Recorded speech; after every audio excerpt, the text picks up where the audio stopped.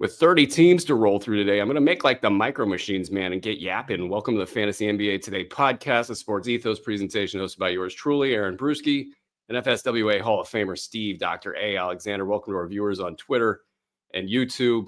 And before you get settled in, do us a huge favor. If you're listening to this on a podcast, get to the podcast page, subscribe to this bad boy, please give us a 5-star review if you're so inclined. If you're on Twitter, hit the thumbs up button, subscribe to the channel. In both places, we're doing special content. So if you're in just one place and not the other, you just won't get everything that we're putting out, which is 2 episodes per day. We're also doing special segments on slow nights, stuff like week ahead, risers, fallers, dynasty coverage with folks like Mark Camaro. We get Panda in here every once in a while. And then we're live here on YouTube Mondays, Wednesdays, and Fridays around noon Eastern time. If I'm on time, I'll take the blame, Doc. And Doc and Rick with the best show at night that's going, in my opinion. That's Sports Ethos After Dark, trademark, Mondays, Tuesdays, Wednesdays, and Thursdays. So like I said, we got 30 teams to go through, so we got to go fast. I don't even know if we'll be able to fit in the feral cat that jumped into Doc's house this morning's story. I would really love to hear about that, but I don't know. Let's say hello to our sponsor real quick. BetOnline is the world's most trusted betting platform, your number one source for online betting. From the earliest odds to in-game live betting, BetOnline provides you with all the action and the ability to watch the games as they happen with the largest selection of odds on everything from football, NBA, college, NHL to UFC and MMA. Head to the BetOnline website today to get on the action with America's most trusted site for online wagering. BetOnline, the game starts here. Doc, 30 seconds. Feral cat, go. I heard noise coming from my son's bedroom. I went in there. There was a cat on the windowsill where my son leaves glasses and dishes and crap. And the cat freaked out when I came in the room and knocked over a bunch of glass and spilled water all over his bed. And 15 minutes later, I got it out of my house. I love it. I love it. Oh, somehow that was better than the original. Okay, so 30 games. I'm going to be using the layup line as kind of the backbone of what I do over here.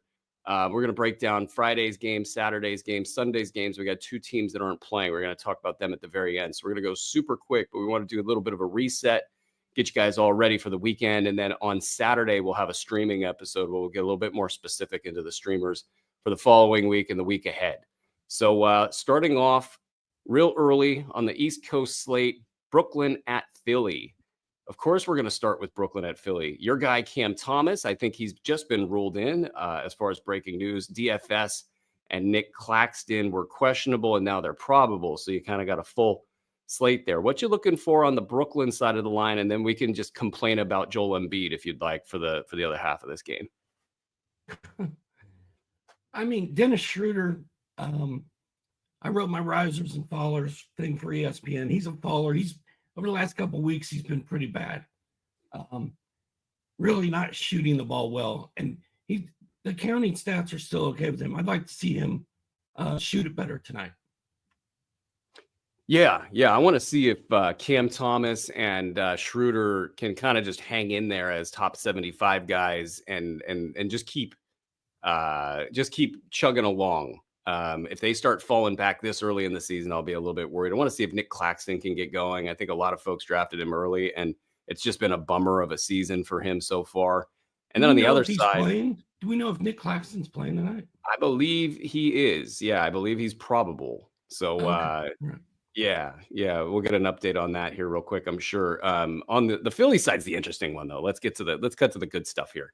So everybody loves Jared McCain. He's been a top 40 guy over the last 2 weeks. So he gets some major assistance in the form of Paul George re-injuring the same left knee and a hyperextension. News coming out, he's going to miss 2 games. What? I can't believe this is happening in the sense that they just keep throwing him out there. Like, is he going to go out and get hurt again? Are they so desperate, chips in the middle right now, that Paul George comes back in 2 games and then just gets re-injured within the week? But I guess Jared McCain is just a solid hold at this point, yeah? I mean, I think he was a solid hold regardless of what those guys are doing. We know George is going to miss games. We know Embiid is going to miss games. And we just can't catch a break, Philadelphia, Well, yeah, you can't catch a break because you signed Paul George or whatever, and you've got Joel Embiid. I mean, those guys miss games. So yeah, I'm still all in on Jared McCain. I was never out. Yeah, I was wondering about a sell high there, but he's been like a top 120 in on the season in about 22 minutes per game. But the recent segments where he's just been completely gone bonkers, it's been top 40. And I think he'll probably, if I had to say, he's now a better than 50% chance to finish top 75 on a per game basis. So that's a huge pickup for guys, somebody that didn't get drafted, might be the waiver wire pickup of the year at this rate. Embiid at top 70 now in his 4 games. He had a decent one in the last one. So with him having a decent or even a really good one, statistically, not many guys get those numbers. But how are you feeling if you see another good one out of Joel Embiid? Are you thinking that maybe he's at least, by the way, questionable for tonight, as usual? But do you think that he's back, so to speak, if he gets another good one under his belt? No. Okay.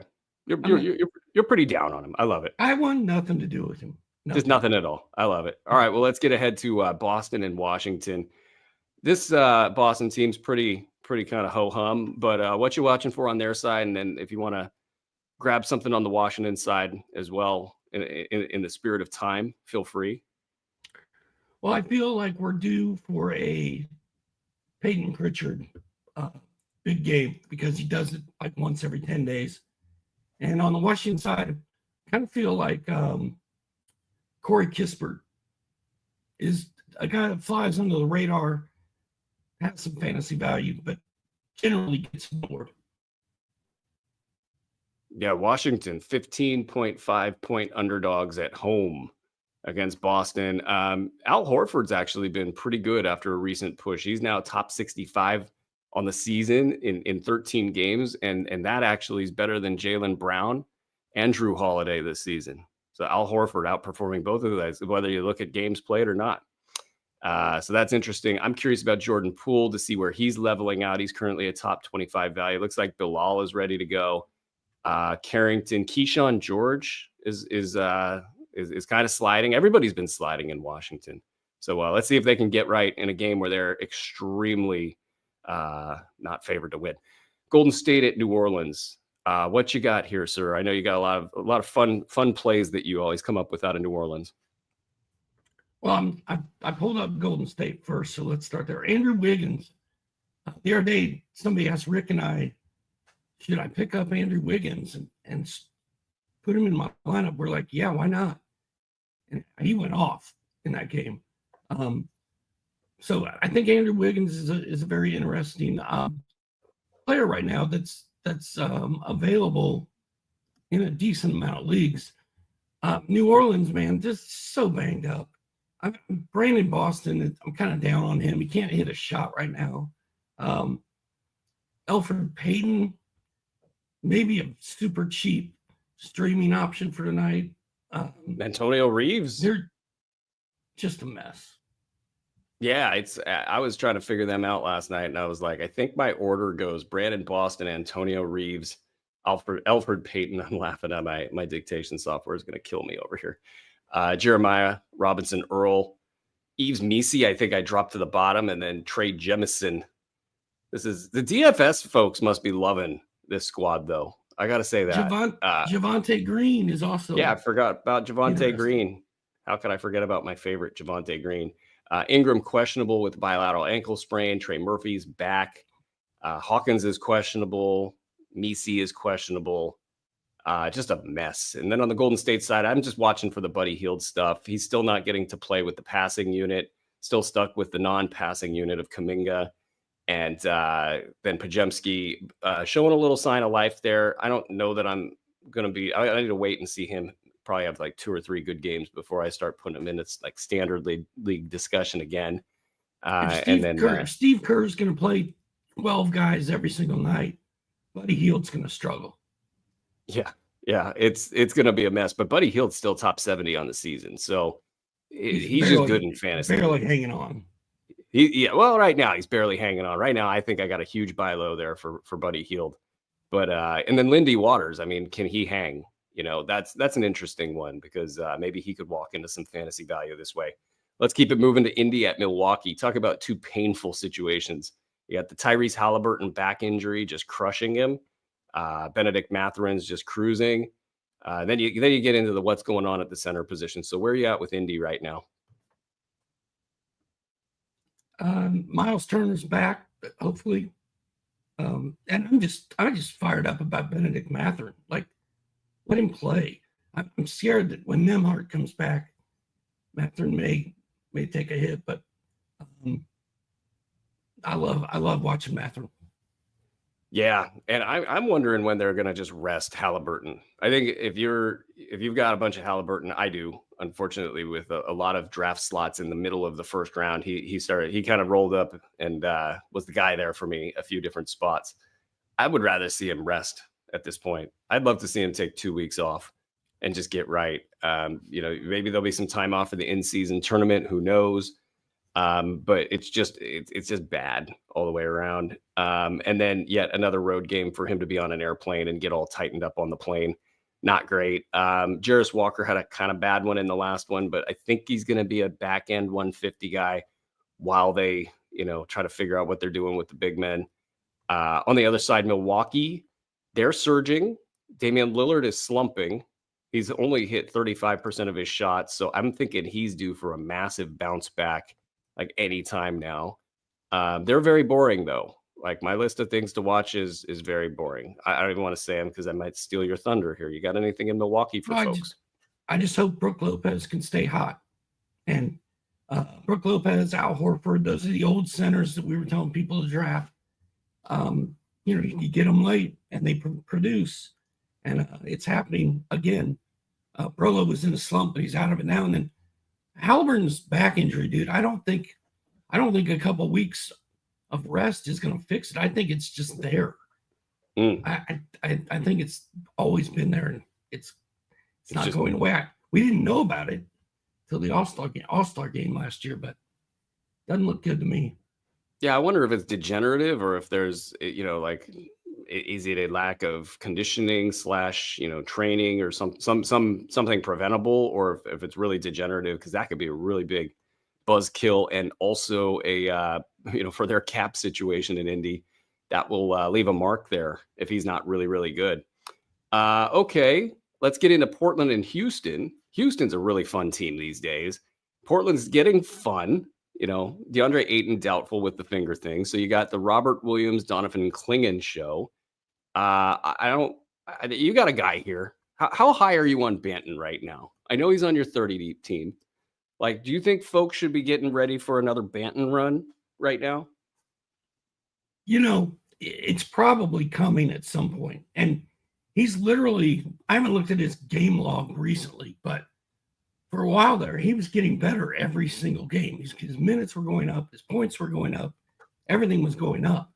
So he started off this season as a totally forgotten man, and he just keeps creeping his way back in there. So,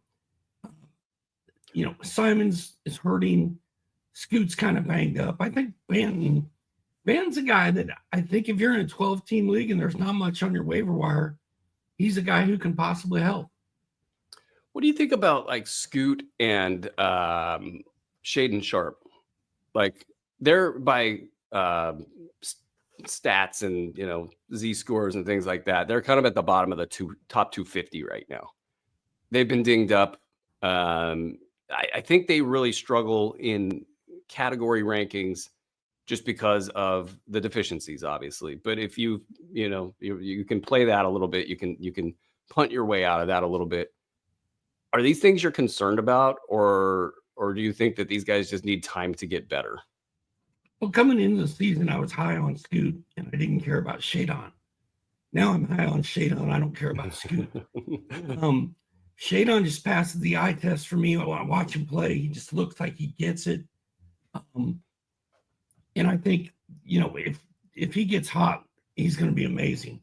And I think you're right. I think he's low in the rankings because of, field goal percentage and shot selection and stuff like that.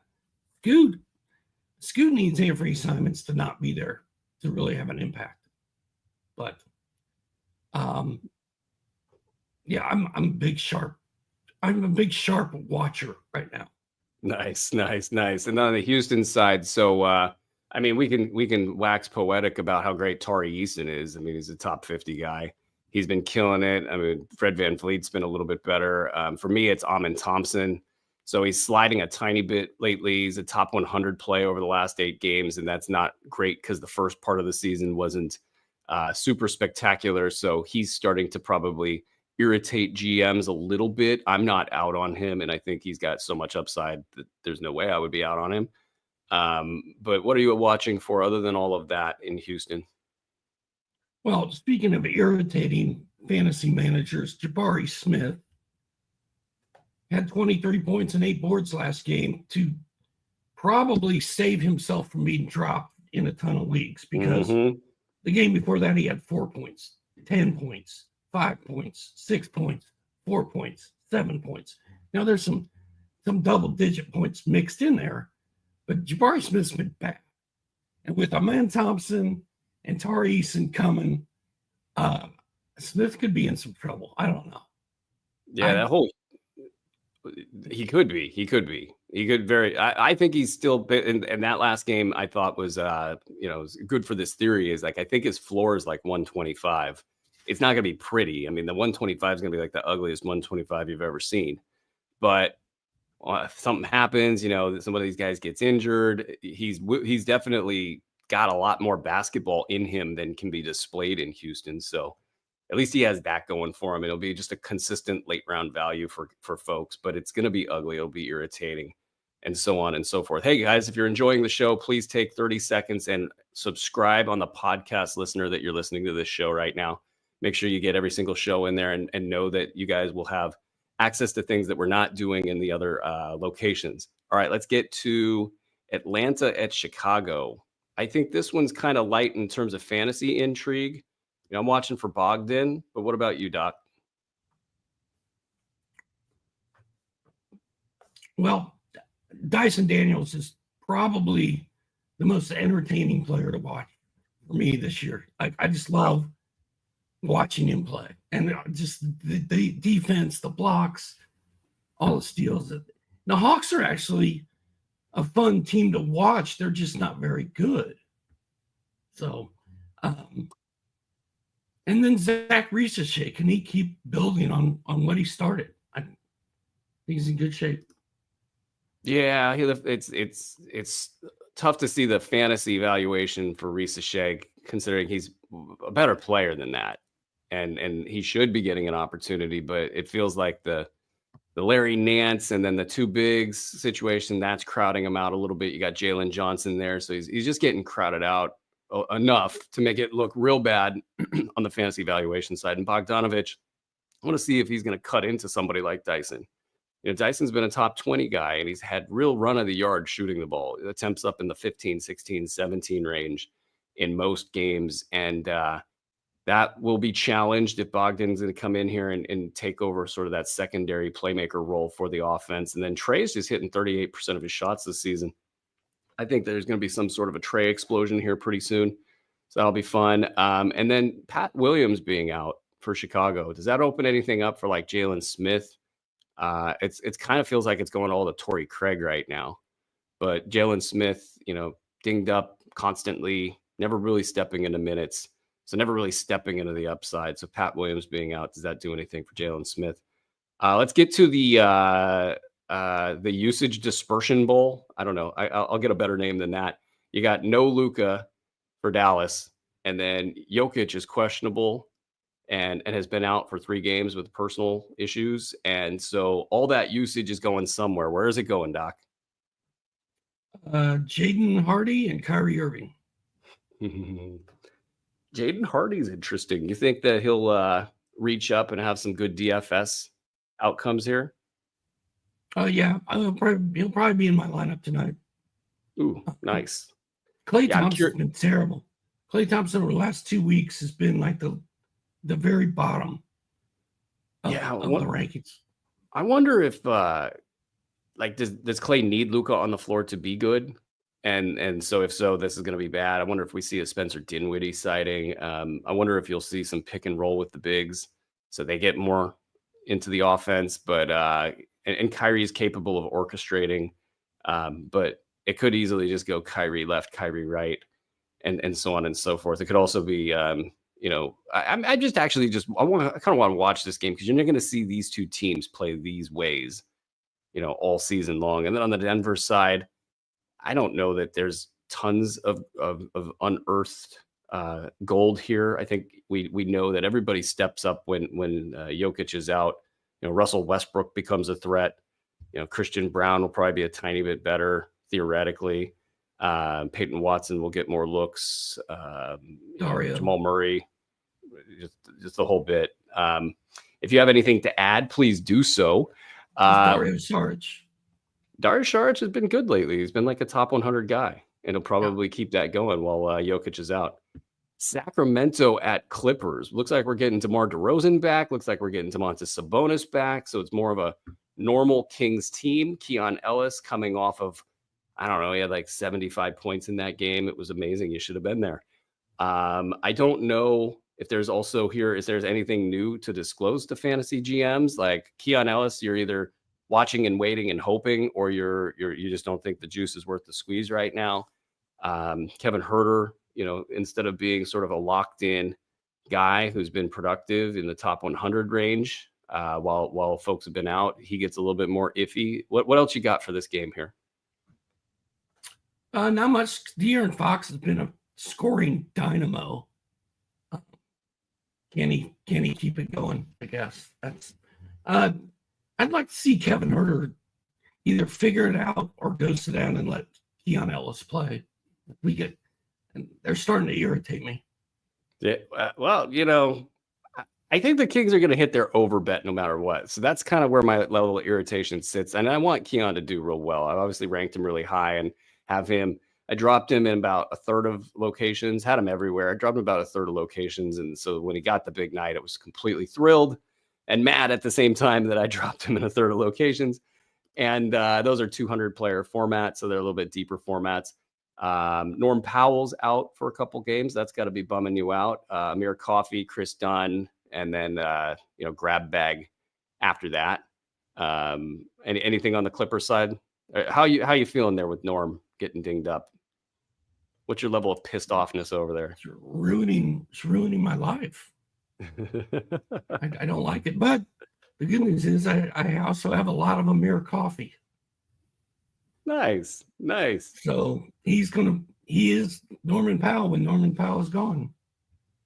We have some Saturday games here, but Andre has a request of you, Doc. Well, Bert, we love doing these shows and helping you guys out. You enjoy it as much as we do, and we enjoy it a lot. Even though I wasn't here last night, click the thumbs up button and subscribe to our YouTube channel. Oh, hell yeah. I love it. Do you want to kick off the next game, sir? No. No? Okay. I'll do my job over here. The Knicks at Utah. This is a classic Tom Thibodeau situation. Cat is just destroying everybody. Cat's playing 75 minutes a game. Everybody's playing 75 minutes a game in New York. All the backups are injured. Like, is this the most Tom Thibodeau situation you've ever seen? I can't imagine a more Tom Thibodeau situation, but they're all rolling. Is there anything to say about New York other than that they're all rolling?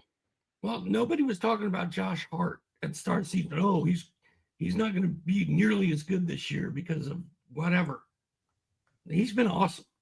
And Tibbs likes to play his guys a lot of minutes. So just sit back and enjoy it till the wheels fall off, I guess. Until somebody's long-term career is ruined. Utah on the back-to-back, so watching out for Lauri Markkanen to pop up somewhere on an injury report. Jordan Clarkson's already questionable with a foot injury. Kyle Filipowski's doubtful with an ankle issue. Walker Kessler didn't play on Thursday, so maybe this is his game in. He's got a hip issue. My thing is just seeing if Colin Sexton can get back on track. He's at the top 180 start. And then Keontae George is like a 3-category punt guy. So I'm just kind of seeing if he can get anything going there. But what are you watching for in Utah tonight? Well, Johnny Collins has been solid. He's having a solid year, and the more Kessler's hurt, the better he is. So, long live John Collins. Yeah. Yes. And I think we got a lot of John Collins here at Sports Ethos, so that's good. And this whole idea that he would be able to somehow navigate this weird season that the Jazz are going to have, that has happened, and so hopefully that just keeps happening, and we'll see how it all rolls. Detroit at Orlando, both teams also coming off of a back-to-back. Both teams also coming off of tough back-to-backs. Like there was overtime in Detroit. Damn you, Detroit, not converting there. And then Orlando gets the big shot from Franz Wagner in LA last night, which was really cool to watch. A high arcing off the dribble with the clock kind of winding down sort of deal. So this game will be a little bit dinged up. I think Cade Cunningham's worth keeping an eye on to see if he might get a game off. I got more, but what are you watching for in this game here tonight? Cade is a walking double-double. Every time he plays, he gets a double-double or he's very close to a double-double. So I got like that from a gambling aspect. Isaiah Stewart, beef stew. I threw him into a DFS lineup last night, and he actually sort of hit. Jalen Duren, man. Jalen Duren's been terrible. I was gonna say if you thought that Isaiah Stewart would be more valuable than Jalen Duren, you might have been very alone on that bet. But he has been. He's been a top 130 guy, and Jalen Duren is just around the top 150 on a per game basis. Stewart has more blocks at 1.3 a game, and then Duren's at 1.1 a game. So that's really super interesting. I mean, they're both getting the kind of the same amount of run at this point in time, but one's got the big name and the other one's been a disappointment for years in fantasy circles. But Isaiah Stewart might be the guy to own going forward. So that's pretty interesting. And then I'm also watching to see if Malik Beasley can hold on. I mean, he's been super valuable over the last couple of weeks, top 75 guy. 5 triples a game over his last 8 contests. That's pretty crazy. And then here's the other thing. Tim Hardaway Jr. has played in 5 of those 8 games, and he's played 26 minutes a game. So it's not just that Hardaway's all the way gone. It's that Malik Beasley's actually been really good. Well, so, how many shots is Hardaway hit in those 5 games? Like 2? He's possibly. He's been a disaster. Yeah, definitely not saying these things are decoupled, so to speak. But interesting that he's able to sustain, and I'm not probably going to go. He's been good, man. He's like a late round guy, but I think he's more a part of the solution, as THJ is, more part of the solution in Detroit. The more good players they have on the floor, the better they are in terms of my betting instincts. And then shout out to myself for spilling coffee on myself on air. I thought that was great. What do we got next? Memphis at Chicago. So we've already talked about Chicago a little bit. Let's hit up Memphis here. I mean, this is a pretty interesting fantasy squad, right? Like John Morant was tweeting beat writers saying he was going to be back sooner rather than later. That's interesting. Will he get back on Saturday? I don't know. Marcus Smart's been questionable with an illness, and he's kind of just been barely present for this team. So that's weird, but you got Jay Huff, Santi Aldama, Scottie Pippen Jr., Desmond Bane, Jake LaRavia. I think they're all great topics. So which one do you like best in Memphis? I like Aldama with no Zach Edey.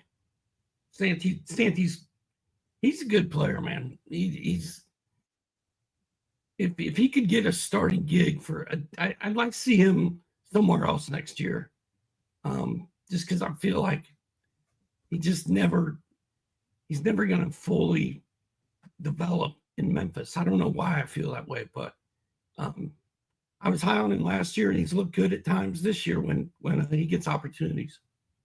Yeah, Memphis is a weird place. Like they pick well in the draft, and it feels like therefore they develop well, and then they don't seem to like play their guys that they develop as much as they should, and then they kind of like lose all the value they accumulate.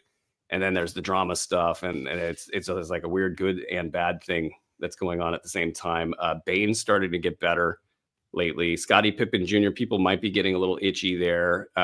Just a do not drop there. Jake LaRavia is a top 60 guy over the last 2 weeks. And I don't know that it's going away. So I don't know what to do with that other than to say Jake LaRavia should be on rosters and folks should just see if this thing keeps going. Because he's always, even in past seasons, him and Konkar, they just produce when given the chance. And he might just get the chance, Konchar. That phonetic enunciation is not optimal. Konchar. Anyway. LaRavia. That one shouldn't be that way either. It should be LaRavia, but whatever. As of yesterday, he was only 8.8% rostered in ESPN leagues. Yeah, I don't think people, and if you talk to people around the team, they're happy with him. Like, he's one of their better players. So I just don't think he should be on the waiver wire because there's just too much injury stuff that could happen in Memphis. And he's sort of almost already proven that he can navigate a lot of it. So yeah, go Jake LaRavia and go enunciation guide. Let's see. Charlotte at Milwaukee on Saturday. We haven't talked about Charlotte yet. And great research here. It's a weird contract situation with LaRavia. They gave away the right over his contract so he can leave next season. Okay. Yeah, we're gonna have to look into that a little bit more. That might be the old devil in the detail. If he is not able to keep this line that he's on, these minutes, if he's not able to do that, it might be the behind the scenes stuff, as it usually is with places. Charlotte, so Miles Bridges is questionable with a left knee issue. Brandon Miller's scorching hot. You know, everybody wants to talk about Moussa Diabate. If I got that right, shout out to me. Where are you looking in Charlotte these days? Diabate do have like 1 point and 16 boards last night. Yeah, something like that. What was it? I don't have it here. 16 rebounds, 3 steals, and maybe 1 point. Yeah, and he's blocking shots. He's intriguing. He's much more exciting than Mark Williams at this point, right? Hey, but you know what? Breaking news banner. We should have led with this. There's a Mark Williams sighting that he's either doing individual or team activities or group activities or something. I don't know what that even meant the other day. He's doing things with the team, as is Nick Richards. And apparently I did well with his name. So shout out me. I love it. But yeah, no, like, this center situation just got really funky. Like, I don't think Diabate is going to be consistent enough to be in fantasy leagues when those two guys get back. So he's kind of off the board. But Mark Williams is going to be at least tried when he comes back. And who knows if he'll be good. Richards. Grant Williams just annoys me, dude. And he's been valuable, by the way. He's been a top 100 guy over the last 2 weeks, with 1.4 triples, a steal, and 1.3 blocks.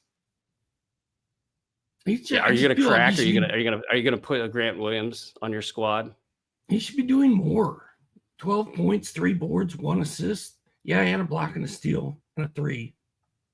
But his free throw's been good, and he's taken a bunch of them.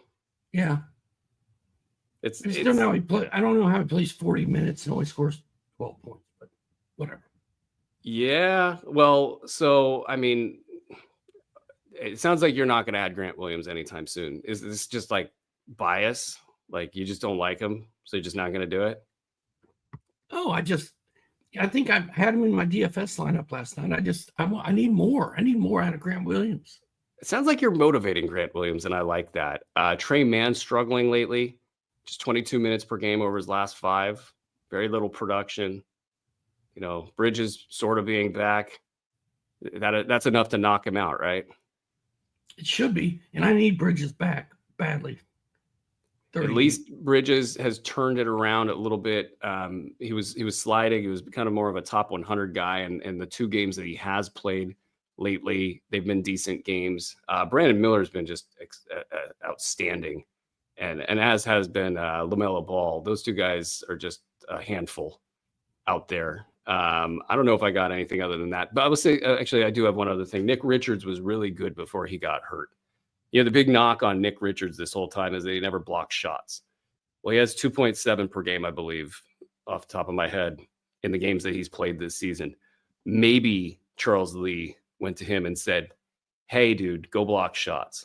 if that happened, it's a game changer for his value because he's always sort of gotten minutes and he's been athletic enough to run up and down the floor and be active and get rebounds and such. If he blocks shots, I think it's a game changer. But the fact that they're kind of coming back together, who knows if this is a situation where Richards comes back first and then Mark Williams comes back second, and we can get a little bit of a gauge for Richards probably is where I'm looking to see if he can be more impactful. And then Williams will just all together watch this thing play out. Let's keep it moving. We got Golden State at San Antonio. We've already covered Golden State, and this is for Saturday. We're going to check out the San Antonio side of the line. Now, Mitch Johnson, acting coach, has said that both Victor Wembanyama and Devin Vassell should both return really soon. So hopefully that's this Saturday. Castle's been getting a big opportunity, but the percentages have been pretty bad.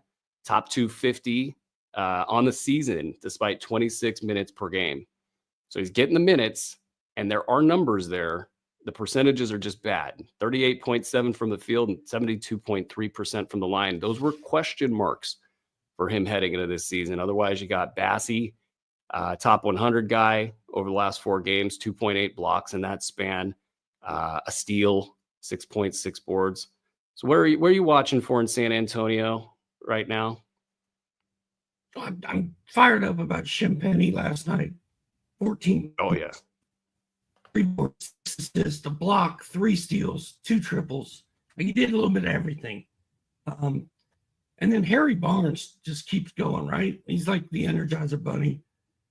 You can't stop him. You can only hope to contain him. No. When Wemby's out, Harry Barnes is gonna ball. So.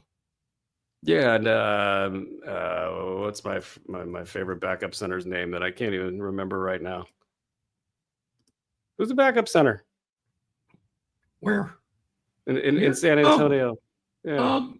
Zach Collins. Zach. Or not? Yeah, that guy, Zach, who's saving my ass right now in a lot of places that Victor Wembanyama exists. He's been good, top 150 since he's got an additional run. Every now and then I'll just blank on a name. I can't keep 500 of them in my head at one time, apparently. I think I told Cam there's only 3 sure things in life: death, taxes, and Zach. I forget a name on there. Zach Collins going off when Wemby's out. Yeah, and his percentages have been pretty good. So that's comforting because sometimes they go the other direction. And if those percentages are good and he gets a little bit of time, 20 minutes per game, maybe they can play together. And I like them putting both those guys on the floor together at least a little bit because Zach Collins is a punisher. And you kind of want an enforcer out there next to Victor Wembanyama with teams. They're really and they're not doing anything dirty, but they're just hitting him with as much as they can because they don't know what to do to cover him. And so I think a little bit of enforcer juice out there would be good. Let's talk Denver at LA. But before that, guys, go check out sportsethos.com. Go to NBA Fantasy Tools and get that blurb feed bookmarked in your browsers, and then the live injury report bookmarked in your browsers as well. You guys can thank me later. Denver at LA Lakers. We're only going to talk about the Lakers here, and we're only going to talk about Dalton Connect because that's all that matters in the universe these days. He's a top 60 play over the last 2 weeks. Now, he's shooting 57.7% from the field in that span. So that's just not sustainable stuff. But where are you at with Connect in general, and where are you at with the Lakers these days? I love Connect. I drafted Connect. I've connected Cam Dynasty. I was fired up. You and Connect are going to go get an apartment together. No. But not yet. I mean, I'm not really giving it surprised. Some time. I'm not surprised by what I've seen. I'll say that. He's been amazing. He looks smooth. He's such a good shooter. I'm a little concerned about Austin Reeves, though. I don't like Austin Reeves getting besmirched because of Connect. Like his shot totals are a little down. The assists are a little down lately. Kind of feels like they're trying to figure out how to have an additional playmaking scorer shooter on the floor with that group. So maybe it's Caruso who's got to figure it out a little bit in this configuration. Would you think this is going to hurt? Probably not Caruso. Reeves. Why am I with names this morning? What the hell? Reeves. It The other could. white meat. It could. It could because, well, first of all, it's hard to tell the Austin Reeves and Dalton Connect apart when they're playing. Like you see a guy With do the something, floppy you go, hair. yeah, was They that they Reeves they or Connect? they If have you, very similar handles, actually. yeah, if you're Like not they both, studying closely, it's hard to tell. and also Reeves was really interesting. I don't know what it is, but Reeves has the ball when they're trying to run the clock down a lot. And players around the league, they go walk up to Reeves and they're just fouling the crap out of him. And refs are like kind of like, what the you guys just do whatever you're going to do and we don't care because we're not going to call the foul. And his handle is so good that they never get the ball from him. And then at the end, you'd be thinking after all that fouling and disrespect that they would be mad at each other. But usually they dap each other up like, yeah, I fouled you the whole way down the floor, and you just held the ball nice and easily, and good job. It's fun to watch. And then So, Connect's got the same thing going on, same handle. so back to your question, Dalton Connect has taken over the Lakers. Like the fans love him. LeBron loves him. Everybody loves Dalton Connect, right? And you know, there might be some jealousy or some, hey, wait a minute, I was supposed to be the next big thing, and now this kid is. And just minutes in general. I mean, Dalton Connect could end up eating into Austin Reeves minutes. Yeah, I think there's a decent chance that the better Dalton Connect plays, the harder it's going to be for Reeves to do what we thought he was going to do. And what I had him doing was top 40 play, and he was kind of on that pace, and he probably still kind of on that pace. So that's interesting. So maybe I might be besmirching Dalton Connect every once in a while if he eats into that. But I guess, and I don't want to be the wet blanket here, but I do think that this is a great time to sell Dalton Connect. Like he is not going to shoot 57% from the field all season. Like I think teams will figure him out a little bit. Like right now, they don't have him on the scouting report very high. He's going to get up on the scouting report. Teams are going to start taking away his better stuff. He's going to be great. I think he really is a good ball player. But if you look at his season-long numbers, he's top 150 in about 22, 23 minutes per game. And that's on 52% shooting. So we got to basically assume that he's going to be a 50+% shooter to really hit, like, say, top 75 numbers. And do that in the current role at about 28, 29 minutes per game. I just don't think that both things can hold up. I don't think the minutes can hold up. And if those do hold up, the shooting's almost guaranteed to come back down. And so what does he look like after that? Like 125, 100, something in that range. And I think people right now think Dalton Connect might be the next great thing, in fantasy leagues, because he looks great. He really legitimately looks great. But there are some holes in the stats. So to me, I'm going to say, hey, float some offers out there. See if you can get somebody with the arrows pointing in opposite directions, and just maybe you'll get a little bit lucky on a mid-rounder with an arrow going up. We might get some questions on that also. I think people who drafted Dalton Connect or people who picked him up, like you don't draft a guy with your last pick thinking, hey, if he plays really well, I'm going to trade him and maximize his value. When you draft that guy in the 13th round, you're thinking, man, if this guy plays really well, my team might be really good. So I'm not a big, as soon as a guy gets hot, oh, I need to trade him. I'm like, no, he got hot and I thought he was going to get hot. And that's why I drafted him. And my plan is working. So it's interesting. The whole sell high, do you keep a guy that you drafted and you drafted that guy because you like him? Do you keep him, or do you sell high because he's super hot? It's an interesting we don't have a question in the chat right now on this, but we have a question in the private chat that I'll hold off until the questions portion of the show, which we do after the pod, which is why you want to get to YouTube and subscribe so you can get announcements on when the show's going live. So you could either do the pod or YouTube. But basically what you could do is hear the answer to this question is be Connect versus Jabari. And we'll answer that in the questions part of the show, which we do after the pod ends. We do that live on air on YouTube. But what I think is super interesting is you'll cut a guy for just because he looked at you funny. in fantasy leagues. And then when it comes to the buy low, sell high part, you're just a ride or die. You will just keep going. And you're not going to move off that position. You're way more patient on that side than when somebody like Jabari Parker, comes in with a 4.1 rebound heater. You're like, no, I'll cut that dude. Gone. Yeah, See ya. Absolutely. I love it. Styles make fights. It's great. Let's get to this. Yeah, did I probably call him something else? Sunday games. We got Minnesota at Boston. Only Minnesota on the docket for us to talk about since we've already covered Boston. I got some things here, but what do you got for Minnesota? You got things? I got things here. Where is Mike Conley? He's on a milk carton. Haven't seen him all year. He probably doesn't want to hang out there. Anthony Edwards, the explosion. He probably don't want to hang out there either. The explosion I thought was coming is not coming. You know who loves it there? Julius Randle. He loves it there. He's going to Dante DiVincenzo there. He doesn't like it there. DiVincenzo, is he going to start doing something? He's in a silent protest right now. He was playing with his buddies in New York, contending, and now he's watching Julius Randle chuck shots. And Naz Reid's hurt. Yeah, that Naz. I actually, in 30 deep, I went and I picked up Luka Garza the minute I saw the Naz Reid injury, but he played after that, yeah? Or was he out the entire? I don't know. I couldn't find a report on it anywhere. I did not look extraordinarily hard, though. I'm just considering him questionable at this point because there was like no news about it at the end of the game from the typical beat writer suspects.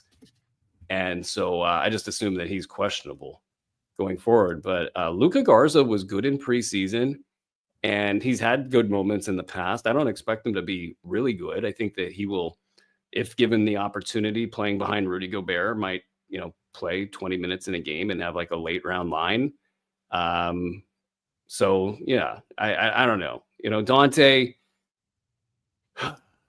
There's a bunch of things to talk about here in Minnesota, but Dante, like, I don't know. I think Dante gets better as the year goes on. I think Julius Randle is going to mess with everybody as predicted, and that's going to be that. And then we got Jaden McDaniels sightings as well. Like McDaniels has been really good the last 2 weeks. He's had about a top 80 segment there. I mean, there's definitely more to talk about with other guys, but like, what are you watching for in Minnesota? I mean, I'd like to see Dante DiVincenzo get it together. He had 3 steals in his last game. He scored in double digits in his last 2.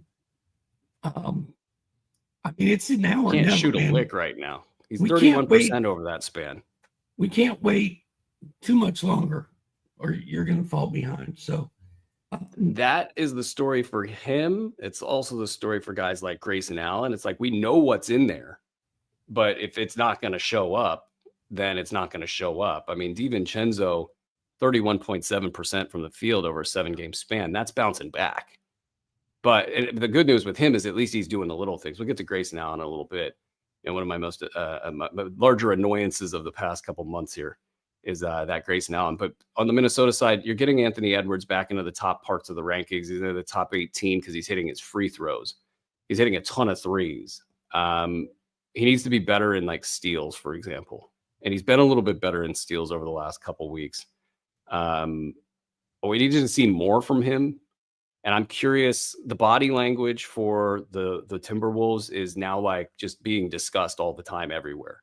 So I'm just waiting for the next shoe to drop there. Like if I was them, I'd just get rid of Julius Randle just outright. Like I don't even like. I'd ask for nothing. I'd be like, you would pull me and just cut it. Yeah, I'll pull a doc and I would just cut him, and then probably cut a few other people in the organization as well. But whoever's pulling the strings on those deals, because they went from, I would have said they were a contender kind of just outright. And I don't even think there's a chance in hell they contend right now this season. No, this is not going well. And I think we all kind of thought that was going to be the case by adding Julius Randle into the middle of this and taking away Cat. Top 5 producing in fantasy leagues, Karl Anthony Towns. Yeah, and Jaden McDaniels, what do you think? You think he can be a late round guy the rest of the way? He should be able to. I mean, he's getting tons of opportunity, and he's, Stroup and I used to always call guys serviceable and intriguing, and that's exactly what Jaden McDaniels is. He's serviceable, still intriguing. Shout out and Matt he's also Stroup. a little bit boring. Roto World great, Matt Stroup. That coaching tree. Oh my goodness. All right, I guess let's get out of Minnesota. Let's get to Dallas at Miami. We're only going to talk about Miami on Sunday for this this thriller of a matchup. I know you love to talk about the Miami Heat, so we'll just gear up for this one. Jimmy Butler was good in his return game, so hopefully he gets another. Apparently, the Shakira concert has created a weird schedule for Miami, and that's what's going on here. But it's good. It's good in the sense that he gets a nice long rest. He needed some time off. They took this is what Tyrese Halliburton only wish he could have happen, is a 2-week absence that only cost them a couple games. And that's sort of what's happened here for Jimmy Butler. Jaime Jaquez, questionable with his ankle. Terry Rozier dealing with a foot thing. Duncan Robinson's been a top 100 guy over the past 6 games with 3.2 triples. Tyler Hero has been scorching hot, top 25 guy, 5 threes a game. I mean, 26, 5 and 6 with 95% from the foul line, 47 from the field. Are you? I want to ask you about Jimmy Butler, but I know what the answer is going to be. What are you doing with Miami in general? I just think Terry Rozier is having a rough year. Tyler Hero is balling out. Top 20 over the last 2 weeks. Almost 5 triples a game, 47% shooting. He does turn the ball over a little bit, 3. But Hero has been amazing. Hero is the one thing I like about Miami. And I'm going to tell you all to sell high, because check out that guy's game logs. And be realistic about it, because he's going to probably, this is the peak kind of experience that you would expect from a guy that's starting to enter his prime in Tyler Hero. So don't go over the skis with a sell, but I mean, it's a pretty good time to sell. Let's get to Toronto and Cleveland. Scotty Barnes is back. I'm personally watching Ochai Agbaji. I want to see, he had a stinker in the last one, but he's still top 100 over the last 7 games. He's been top 80 on the season. I think he's a part of the future. I think that he has taken the proverbial step forward. Grady Dick, by the way, top 115. I'm not sure which one that I would rather have. I know Grady Dick's sort of at the low point right now, and he's going to have some bounce back here. 42.2% from the field, 33 minutes per game. There's going to be, I think the shooting will get a little bit better for him. I think he can't keep free falling this much and not have some kind of a bounce back. So I'm not sure which one of the two I would rather have. Agbaji feels like he's maybe the guy with less variance and might just cruise at a top 100 the rest of the way, while Toronto gets closer and closer to full strength. But between they and Cleveland, what you watching for? I would rather have Grady Dick over Agbaji all day. Agbaji's stinker was really stinky, like it was bad. Mm-hmm.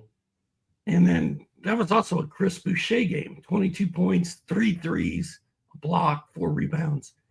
Boucher. It's like Boucher got all the shots in that game, by the way. Boucher's had a really good November.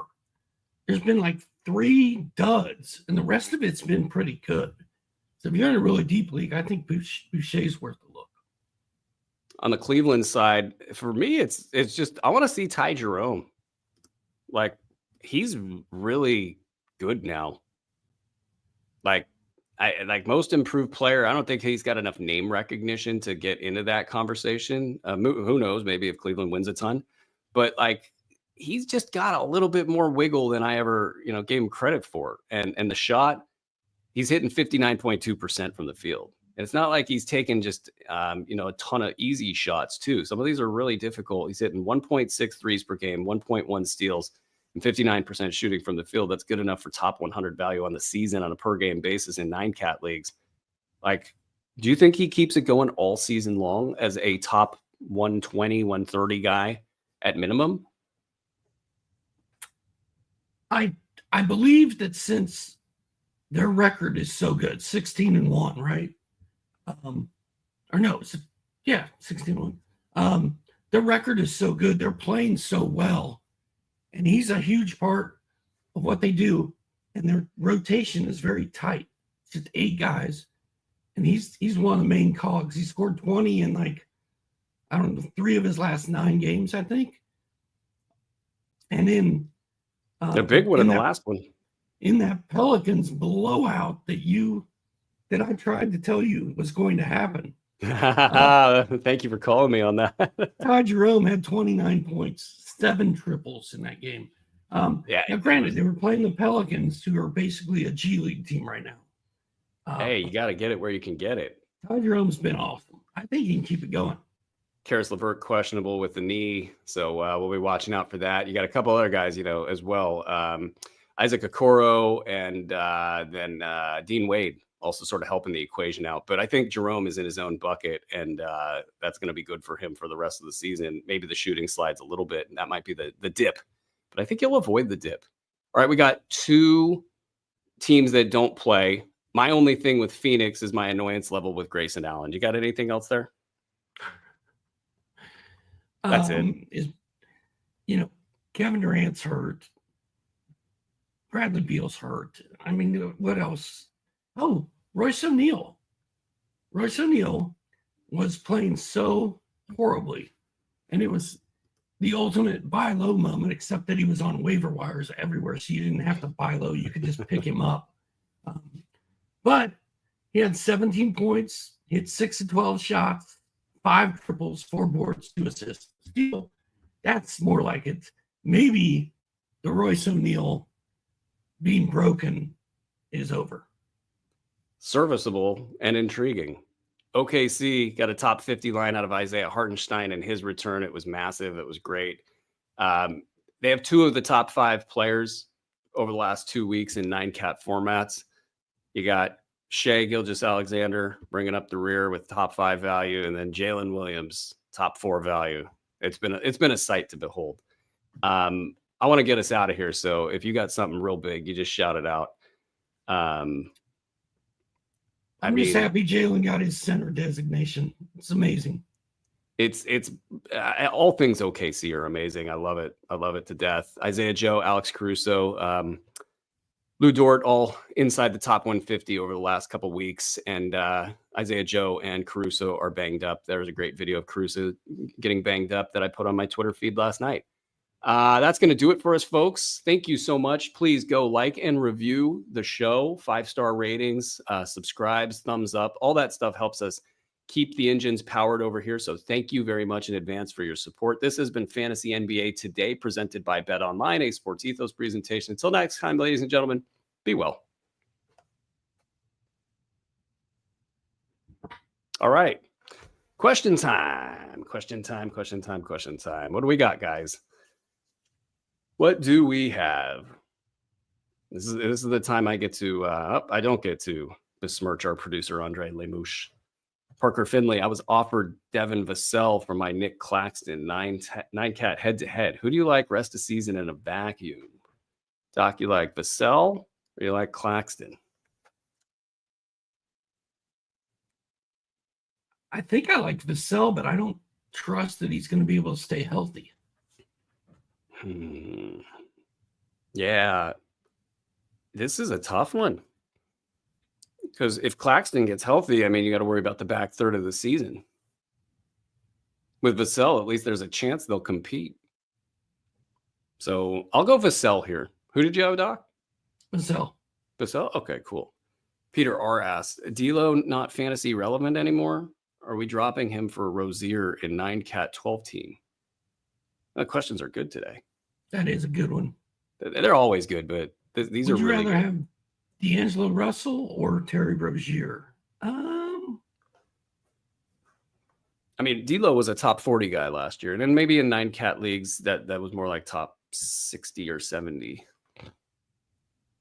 I mean, I just feel like he's not wanted in LA, and everybody's. That's funny. I thought you were talking about Rozier when you were saying that, because I mean they traded for him, but like he doesn't get shots. he hasn't worked out. Like the foot thing might be what it was interesting. He didn't tell the coaches he was hurt. I bet that pissed them off. He's got a foot thing. What? I don't want either one of these guys. I'm going to go comb my waiver wire. Hopefully it's a 12-team league. If it's a big league and you need to pick one, I guess I'm going to go Rozier. Yeah, I think Rozier's got the better path because like the big names in LA aren't going away. But with Rozier, it's whether it's Jimmy or Tyler or even Bam. Like these guys get hurt pretty regularly, so maybe he could be a top 40, 50 guy if all the things work out. Scott Foster, number one fan, says, is Dame Maxey 2-for-1 too much to give up for SGA in a 16-teamer? Man, the questions are coming in hot today. It is too much to give up for SGA. And if you want SGA, that's how much you have to give up to get him. So I think we can look at the stats and say, no, that doesn't make a ton of sense. But then you have to add in who the player is that you're going to replace. I don't know. I like the question part of this show. I like that we get to let the hair down and just talk about this. Like, how bad will it get in Philly? And does this impact Tyrese Maxey? They're like are they the worst team in the East right now? Like record wise? I mean, if this gets bad, does Maxey get like a foot or a whatever? Maybe even the league, says Andre. Like they're 2-12. They're the worst in the entire league. And Joel Embiid's questionable tonight. He's pissed. Paul George is pissed because they want to find out who the rat is. And the rat's probably like the 12th man or something. But who is it? We just don't know. Like that stuff eats a team up. I wonder about, and then Dame as well. I kind of like SGA in this deal. He just looks locked in, ready to go for the rest of the season. Like, knock on wood, I got a lot of SGA. I'll take SGA. I'm going to agree with you. I'm going to agree with you and say I would rather have SGA. Okay. Admiral Nita asks, thoughts on Emmanuel Quickley? Weeks away from return, possible UCL surgery, tanking risk, etc. About what would you trade him for? 12-team, 8 cat. So, like, what do you think you can get for Quickley right now? Or what should you target for Quickley right now? I don't know. I don't have any Emmanuel Quickley. I don't want Emmanuel Quickley at this point. If you're trying to trade him, I just don't think you can give much for him. Andre says Quickley or Dalton Connect. If I could trade Emmanuel Quickley to get we're going to play Dalton the Connect game. If I could trade Quickley for Connect, I would do it right now. Wow. Now look at that. That's pretty spicy, dude. Quickley could be a top 60 guy when on the floor. Connect, currently a top 60 guy, kind of in the midst of a heater, a major heater. Look at you. You're what have you done for me lately? Until you're sitting on it, and then you're just going to hold on to it until it never leaves your cold, dead hands. Connect's a rookie. He wasn't playing at the beginning of the season. It's just like there is a wave. And if you're not on it, son, we're leaving you behind. I love it. I don't know. Also, I think like top 90 or 100. You're worried about Maxey. You're worried about Maxey because Philadelphia sucks. Well, the Raptors have won 4 games, bro. They're not going anywhere. Hey, we got a friend of the show, Sloan. Quickley's hurt. What's up, Sloan? Asks, who's a realistic guard to try to acquire for Julius Randle? I'm good with PRA, so could use some threes. So who's a realistic guard? And now I'm pissed because I can't remember the enunciation on Sloan's last name. If it's Piva or Piva. I think it's. Oh yeah, I can't remember either. I feel like it's Piva. Sloan gets to kill us if he wants. He can kill us for this. I don't remember what the first option was, Andre. What did I say? Piva? Yes, he says. All right.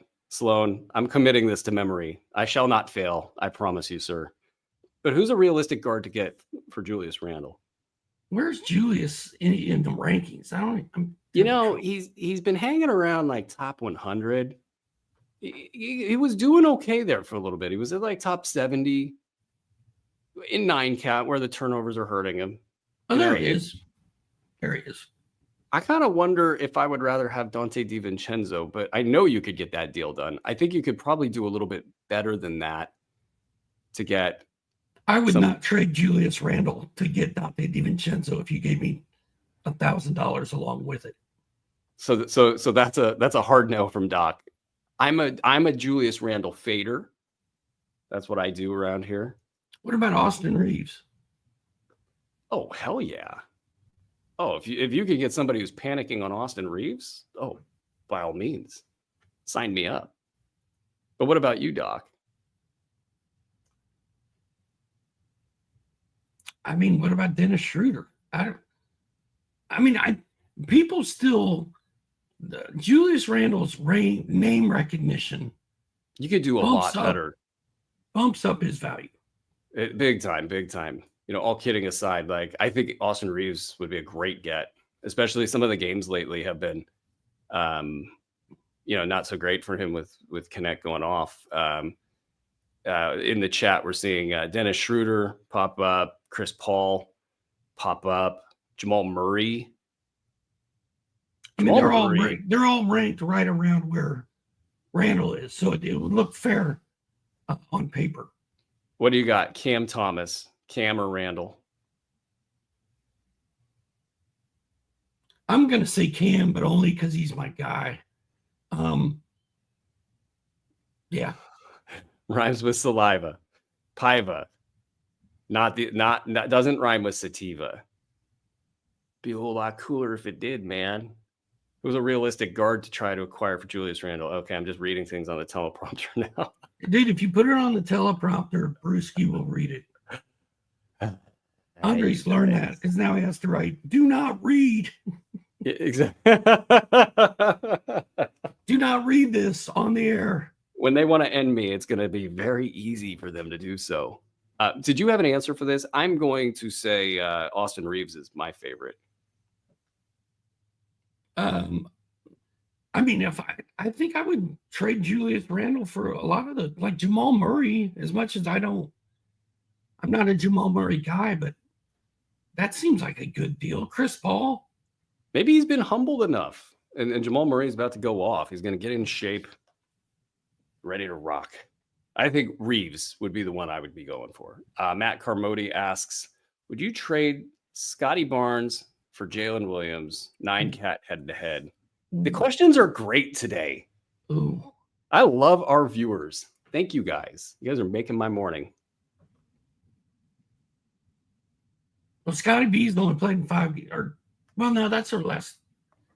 No, that's still on the season. He's only played in 5 games. Scotty Barnes has lost a chunk of his season, and there's the tanking risk at the back end of this. Wow. Yeah. Jalen Williams. You would trade Scotty Barnes to get Jalen Williams. Yeah, I would too. It's a crazy kind of a deal, but I think that at minimum, Jalen Williams is going to get you top 25 value the rest of the way. At minimum, maybe top 15 in the time because you get the time without Chet there. Matt also asked, do you think the NBA should get rid of conferences and just have the top 16 teams make the playoffs? Well, sure looks that way this year.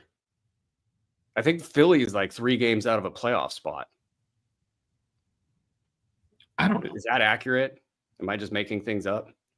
Here's the Philly. Is that what you asked? That is what I asked. Yes. I already have it pulled up. Matt, to answer your question, 3.5. 3.5 games out of a playoff spot, those Philadelphia 76ers. I kind of like this. Getting rid of conferences. I would want to play around with the idea a little bit, but it really sucks when all these good Western Conference teams are sort of out of it, or fighting for their lives and some bad. But you know what? My Detroit Pistons are going to make the playoffs this season, and I'm going to win a ton of money. It's going to be great. We got some more questions. I believe these are from Discord. You could correct me if I'm wrong, Andre, but we got a question is Alex Sara hold? I'm going to go with yes. What do you got, Doc? I'll say yes. Yeah. I think there's enough good there to like that they might just roll him out there for the rest of the season and also not contribute to winning.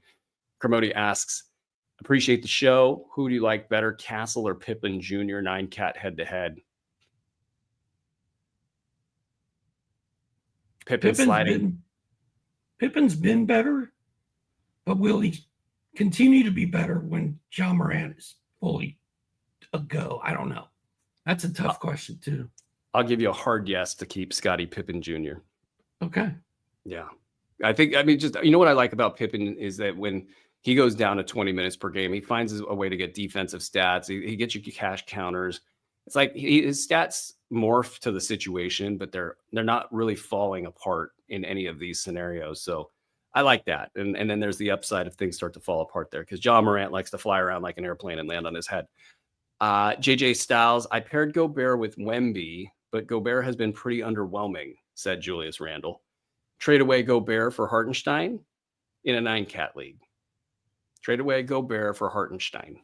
The way guys are targeting Gobert and just going right up in his face and dunking on him and not being scared, yeah, I would do it. Yeah, I think I got Hartenstein. Hartenstein is, well, first of all, he's a better basketball player than Rudy Gobert. He's a better defender than Rudy Gobert. He's a better offensive player than Rudy Gobert. And he's on a team that's going to highlight all of those strengths. I'm getting a little bit on my soapbox here because Hartenstein was this good 2 to 3 years ago, and the entire league slept on that. And they shouldn't have. And now they're going to pay the price because Oklahoma City just grabbed the guy for basically a bargain deal and made a super team. And everybody else will just crumble in their presence. Brandon Ingram is available tonight. Jordan Hawkins available. Should folks run and grab Jordan Hawkins, or is this not as clear cut? I went through the Jordan Hawkins experience earlier this year, and it wasn't that great. But you got a T-shirt out of it? I'm not going to jump over any furniture to get to the waiver wire to get him. Ooh, I like that reference. All right, last question from Nico Leone. Please keep the show going. Fred VanVleet. You got anything else to do, Doc? Fred VanVleet, Dyson Daniels, or Hallie? I'm guessing that's rest of season. We get a thank you. What do you think? Out of those three players, who would you rather have today? This is a great question. I love this show. All of these questions were like 10s out of 10. Well, which one? If you had to draft today, who are you taking? Look at those eyes. I like Dyson, man. I know. I knew you were reaching for that. It doesn't sound right when I say it, but I think I'm going Dyson Daniels. Man. Dyson Daniels available at 100 in drafts or wherever he was available. Fred VanVleet, like a third rounder. It's like VanVleet, like you would order this Dyson VanVleet Hallie, I think, if I'm reading the tea leaves right. I think I'd go Daniels, Hallie, VanVleet. So you got some. I thought you thought he had a major back injury. Now you're backpedaling. I'm not saying it's major. I'm saying it's been there forever, and it's going to be there. I don't think it's a major back injury. I think he has major discomfort from it. I think somebody in Indy needs to get through to somebody in Indy and tell Tyrese Halliburton to get off the plane and go take 2 weeks off. That's the answer to all issues. You know, you don't if Philly's 4.5 games out of 3.5 games out of a playoff spot, Indy, you'll be okay. Just give them a couple weeks off for the love of crumb cake. All right, I think that's it. We're done. This has been Fantasy NBA Today, the post-game show, overtime, after hours, presented by Bet Online. This time, ladies and gentlemen, we are gone. Be well.